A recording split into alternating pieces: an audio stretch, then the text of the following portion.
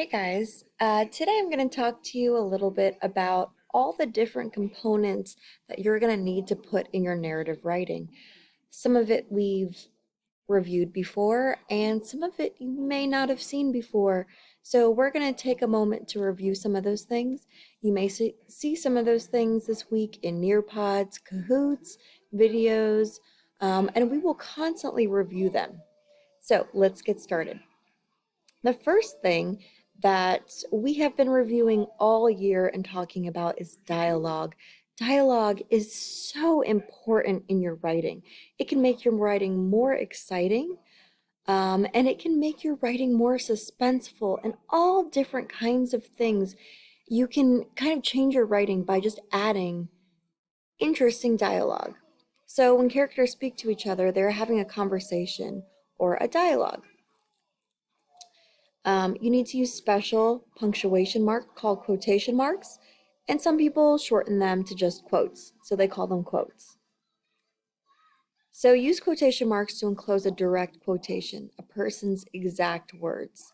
So for example, if you look, our team leader says, don't forget to use the comma also, and capitalize that first letter.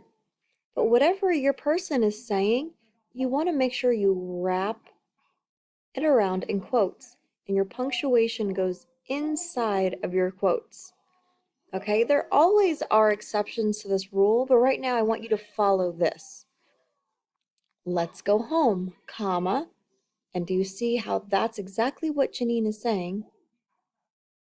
Or Jean is saying, sorry, not Janine. Jean is saying, Jean suggested. So make sure that you are wrapping whatever your character is saying in quotes. And look, this person you says, this person you suggested, you don't have to always use said, because that can get boring and redundant, which means if you say something the same way every single time, your reader is going to get bored with what you're trying to say. So a direct quoted sentence begins with a capital letter. And you guys have been practicing this, so I know you know this. So make sure you have a capital letter right here, and that starts your direct quote. And notice that your punctuation is inside of your quotes. Does everybody see that? Okay, cool. All right, the said, asked. All right, take note of those. All right, so now we're going to get to the fun stuff. We talked about this in the beginning of the year, and we're going to dive deeper into what all these mean. So, elements that make up a story, and these are elements that make up every story, but also every amazing story, every exciting story. So, you have to have a good setting. The time and place a story takes place, characters, the people, animals, or creatures in a story, the plot, the series of events that make up a story, and the conflict, a problem or struggle between two people, things, or ideas. So let's get into the setting. The setting, as everybody knows, describes when, where a story takes place. It helps to build background and create images in the mind. It helps to set the tone or mood of the story. But did you know that the setting describes the time of the day, the time of the year, the time of history, the scenery, the weather, and the location? So think about the type of story you want to write. Is it a mystery? Is it a fiction story, fantasy story? Think about, is it happy? Is it sad? Is it spooky? How do you want your reader to feel when they're reading your story? What do you want the weather to be like in your story? Think about all these things. They're so important because your reader is going to read the story and they're going to feel along with you because you're going to be emitting your feelings through the story. And I'm going to be reading it, so I can't wait to see how you describe the setting. So part of the setting and part of describing and using descriptive language is using the five senses. So a good setting helps the reader visualize the places in the story. A good author includes descriptions of the setting using the five senses: sight, smell, taste, feel, sound. How does it taste when you bite into a chocolate chip cookie? What is the smell when the chocolate chip cookies come out of the oven? What do you see? Is the gooey chocolate melting off of the cookie? What's the sound when you bite into it? Okay, so think about all those things. If you were to say, "Oh, I bit into a cookie," does that describe the cookie at all? No, it doesn't. So think about that. So let's take a look at this picture. Okay, so you could describe this as a castle beside the water, or you can describe this using your five senses. The waves crashed loudly against the shoreline. The fog lifted and the medieval castle came into view. It was a beautiful sight. The fog brushed my face, and I could smell the smoke from the fire in the distance and taste the sea salt on my lips. Much better. Descriptive language can change the way we visualize stories as readers. And so many amazing books do this. So think about the kind of author you want to be. Do you want to be the kind of author that writes books for readers that makes them see and picture exactly what they're writing? I do. So don't forget, when you're using dialogue, characters are speaking to each other. They're having a conversation. You always want to use those five senses too when you're using dialogue. You want to bring that in. You can also, when you're using dialogue, you can bring in the setting too. So the characters can speak and they can speak about the senses. They can speak about the setting.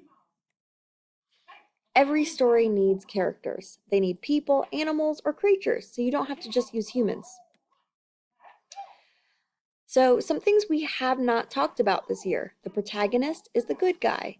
So, Shrek, a good guy in the story. And they're not necessarily always the person that you may think is good. Sometimes you may think they're not so good in the beginning of the story. The antagonist is the bad guy or the force. So, they may not be terrible or horrible, but they're a force. So, character traits are descriptive adjectives that tell a specific quality about the character. Now, this is very important. When you're creating your characters for your story, you want them to be rich, you want them to be real, just like you are. You want them to have all different kinds of qualities.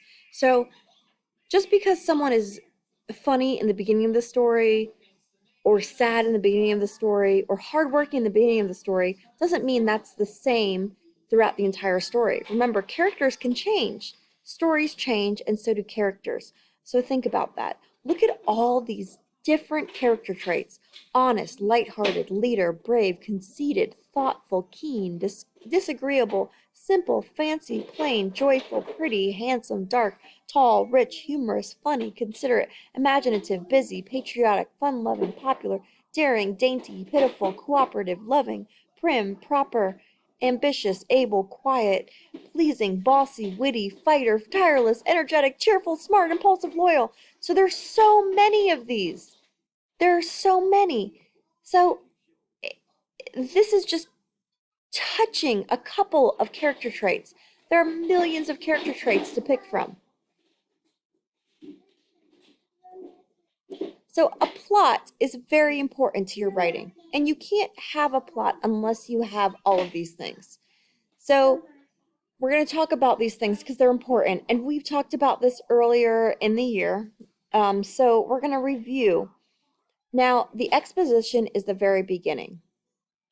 Let me get, I think I have, yeah. So the exposition is right here. This is the start of the story. This is where you want to reveal your characters, who they are. You want to introduce them. You want to introduce your setting. And remember, your characters can change. They don't have to stay the same. So your character can be maybe moody or depressed or sad in the beginning and change in the story to becoming more happy or cheerful or even more evil throughout the story. It's okay to change your characters as your story changes. So the exposition is the start of the story before the action starts. This is introducing everything. You want to get your reader kind of acclimated to your story and what your story is about. Then your rising action happens, the series of events and conflicts in the story that leads to the climax. We're going to talk about the conflicts in a moment. The climax is the turning point, the most intense moment, either mentally or in action. Then you have your falling action, all of the action which follows the climax. So, a lot of times things start to resolve, things start to fix themselves, and then you have your resolution, the conclusion, tying together of all the threads.